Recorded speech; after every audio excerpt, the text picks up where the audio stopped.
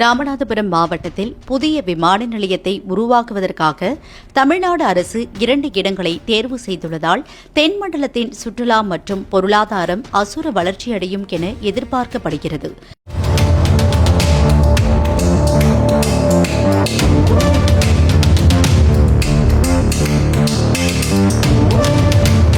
தமிழ்நாடு அரசால் 4 மாதங்களுக்கு முன்பு அறிவிக்கப்பட்ட ராமநாதபுரம் புதிய விமான நிலைய திட்டத்திற்கு சமீபத்தில் தமிழ்நாடு தொழில்துறை மேம்பாட்டுக் கழகம் 5 சாத்தியமான இடங்களை அடையாளம் கண்டது. இப்போது மாநில அரசு அதை 2ஆக குறைத்து உச்சிப்புலி மற்றும் கீழக்கரை ஆகிய 2 இடங்களை அதிகாரப்பூர்வமாக தேர்வு செய்ததாக அரசு வட்டாரங்கள் தெரிவித்துள்ளன. முதலில் புதிய விமான நிலையத்திற்கு 700 ஏக்கர் நிலம் தேவைப்படும் என மதிப்பீடு செய்யப்பட்டது. ஆனால் தற்போது தேர்வு செய்யப்பட்ட இடங்களை பொறுத்தவரை 500 முதல் 600 ஏக்கர் நிலம் போதுமானதாக இருக்கலாம் என தெரியவந்துள்ளது.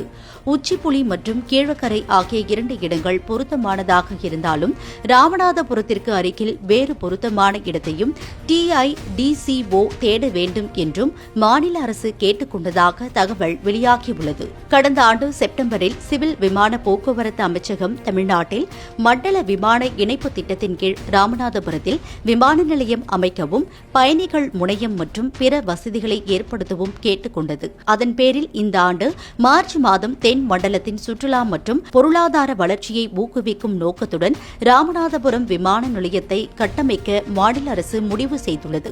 ராமநாதபுரத்தில் அமையவுள்ள புதிய விமான நிலையத்திற்காக தேர்ந்தெடுக்கப்பட்டுள்ள 2 இடங்களும் பல காரணிகளை கொண்டு மதிப்பீடு செய்யப்பட்டுள்ளன. அதன்படி விமான நிலையத்திற்கான இடங்கள் பிற விமான நிலையங்களுக்கு அருகாமையில் இருத்தல், 3500 மீட்டர் நீளமும் 500 மீட்டர் அகலமும் கொண்ட செவ்வக வடிவ நிலத்தின் இருப்பு, நிலப்பரப்பு, சாலை அணுகல், காற்றின் போக்கு, மண் தன்மை போன்ற காரணிகளின் அடிப்படையில் தேர்வு செய்யப்பட்டுள்ளது.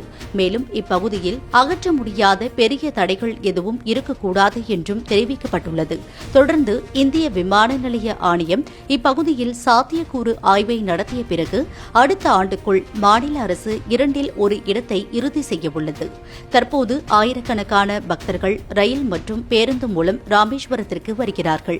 மேலும் மதுரை விமான நிலையம் வந்து அங்கிருந்து 150 கிலோமீட்டர் பயணம் செய்து கோவிலுக்கு வருபவர்களும் கணிசமான அளவில் உள்ளனர்.